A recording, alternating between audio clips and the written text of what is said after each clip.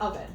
When we're using the oven, we always want to make sure that we're first teaching it with a cold oven with bare hands. We would be making sure, obviously, that everything is safe before we ever approach it.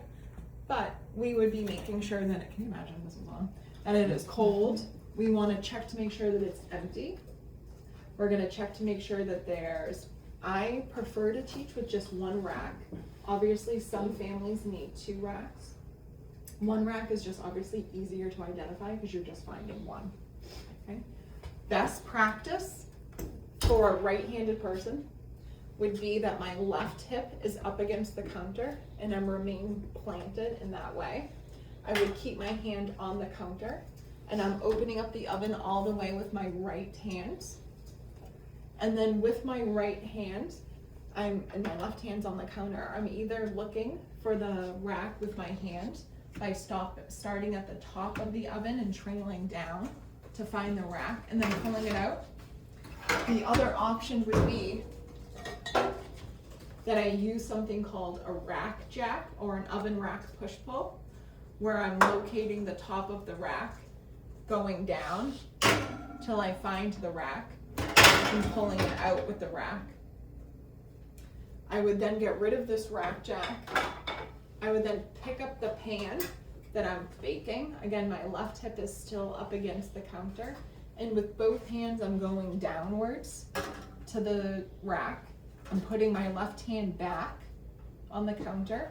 And with my right hand, I'm pushing in that rack while holding onto the food that I'm baking, using the right hand to close the oven. I'm standing back up straight and tall.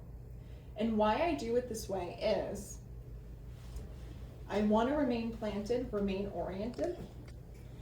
If God forbid I lose orientation and I fall, the intent or hope is that I'm falling over the oven and not burning my face. I do not want to be, this is how we do it at home, right? You know, like the squat and shove, right? But what's going to happen? We're going to fall face first, okay?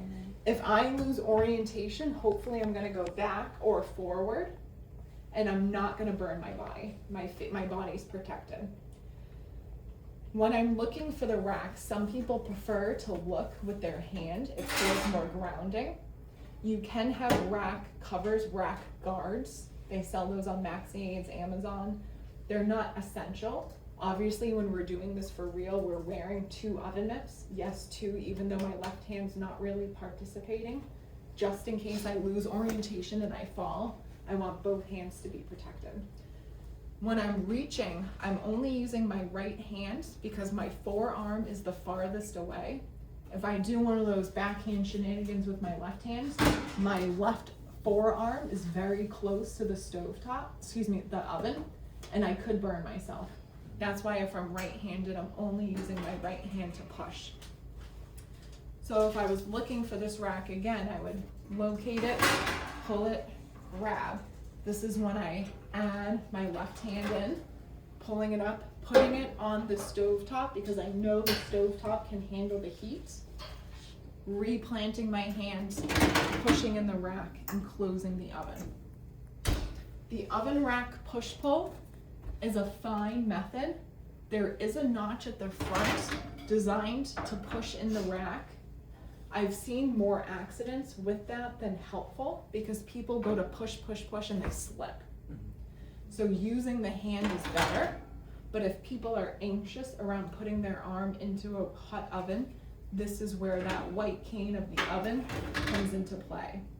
Now these racks are pulling in and out really, really smoothly because this oven has never been used before.